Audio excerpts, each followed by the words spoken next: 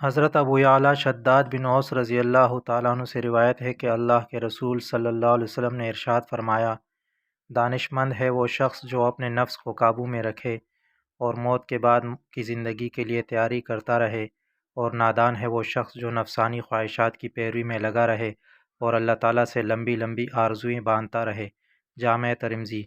اس حدیث میں اللہ کے رسول صلی اللہ علیہ وسلم نے دانش مند اور نادان میں فرق واضح فرما دیا کہ حقیقی دانش مند انسان وہ ہے جو دنیا میں لوگوں کے درمیان رہتے ہوئے اپنی ضروریات زندگی کو پورا کرتے ہوئے نفس کو قابو میں رکھے، گناہوں سے باز رہے، ہر قسم کی نافرمانی سے بچتا رہے، اللہ تعالیٰ کی ناراضگی سے ڈرتا رہے اور اپنی موت اور آخرت کی جواب دہی کو ہر وقت یاد رکھے۔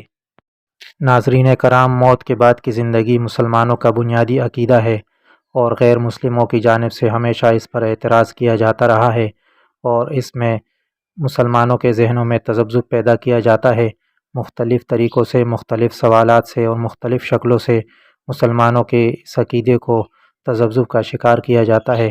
اسی متعلق ڈاکٹر ذاکر نائک صاحب سے ایک ہندو نے سوال پوچھا تو ڈاکٹر صاحب نے ان کو عقلی لحاظ سے، سائنس کے لحاظ سے اور قرآن مجید کی آیات کی روشنی میں اور مختلف طریقوں سے اس کو بالکل مطمئن کر دیا۔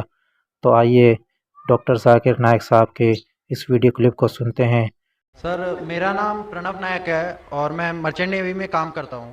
میرا سوال یہ ہے کہ اکارڈنگ ٹو قرآن یہ کہا جاتا ہے کہ جب قیامت کا دن آئے گا تو اس وقت اللہ جب سب کو پھر سے اٹھائیں گے تو کہا جائے گا کہ اپنی قبروں سے اٹھو، تو ہم ہندوؤں کا کیا ہوگا؟ کیونکہ ہماری تو کوئی قبر نہیں ہوتی۔ بھائی صاحب کا سوال ہے کہ وہ کہتے ہیں کہ قیامت کے دن جب اللہ تعالیٰ واپس سے ہمیں دوسری زندگی دیں گے تو کہیں گے اپنے قبروں سے اٹھو۔ ہندو بھائی صاحب پوچھے کہ ہندو لوگ تو قبر میں دفنائے نہیں جاتے، ہندو بچے دفنائے جاتے نا؟ ہندو بچے، ہندو مذہب میں چھوٹا بچہ ہے اس کو جلایا نہیں جاتا، اس کو دفنایا جاتا ہے۔ پھر بھی کئی مسلمان ہیں جو ڈوب کے مرتے ہیں، جو جل کے مرتے ہیں، ان کو بھی دفنایا نہیں جاتا ہے، جن کی ہمیں ملتی نہیں۔ یہ جب اللہ تعالیٰ کہیں گے کہ پھر سے ہم زندگی دیں گے، ضروری نہیں کہ آپ قبر میں سے لے آ جائیں گے، جو بھی انسان مر چکا ہے اس کے نئی زندگی دی جائیں گے۔ قرآن مجید میں اللہ تعالیٰ فرماتا ہے کہ اللہ اس میں جان ڈالیں گے، پھر موت دیں گے، پھر سے جان ڈالیں گے۔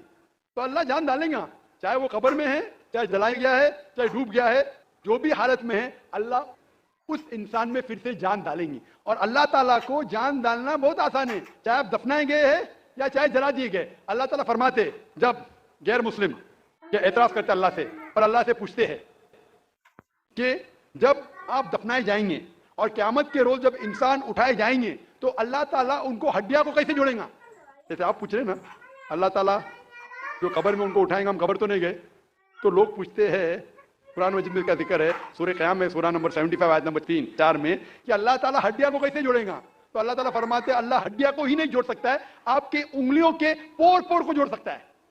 انگلیوں کے پور پور، آپ سوچتے ہو اللہ تعالیٰ کیوں کہتا ہے کہ انگلیوں کے پور پور کو جوڑ سکتا ہے؟ آج کی سائنس یہ کہتی ہے، سر فرانسس گولٹن ایک سائنٹسٹ ہے جو سن 1880 میں ایک ڈسکوری کیے کہ فنگر پرنٹنگ میتھڈ کہ دو انسان کروڑوں لوگوں میں بھی ان کے فنگر پرنٹ یکساں نہیں ہو سکتے۔ تو اللہ تعالیٰ فرماتے ہیں ہڈیوں کو تو چھوڑو، میں آپ کے انگلیوں کے پور پور کو اکٹھا کر سکتا ہوں اور ہو بہو ویسے پیدا کر سکتا ہوں۔ تو اللہ کے لیے پھر سے جان ڈالنا بہت آسان ہے، چاہے وہ انسان دفنایا گیا ہے یا جلایا دیا گیا ہے یا ڈوب کے مرا ہے۔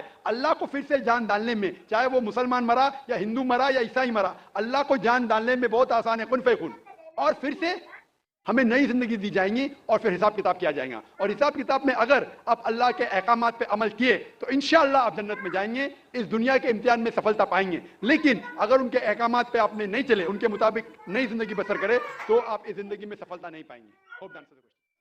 ناظرین کرام، ایمان مفصل کو پڑھتے ہیں، اپنی ایمان کو تازہ کرتے ہیں اور اس کے ترجمے پر غور کرتے ہیں۔ آمنت باللہ وملائکتہ وکتبہ ورسلہ والیوم الآخر والقدر خیرہ وشرہ من اللہ تعالی والبعث بعد الموت۔ آخر میں دیکھے مرنے کے بعد جی اٹھنے پر ہمارا ایمان اور عقیدہ ہے۔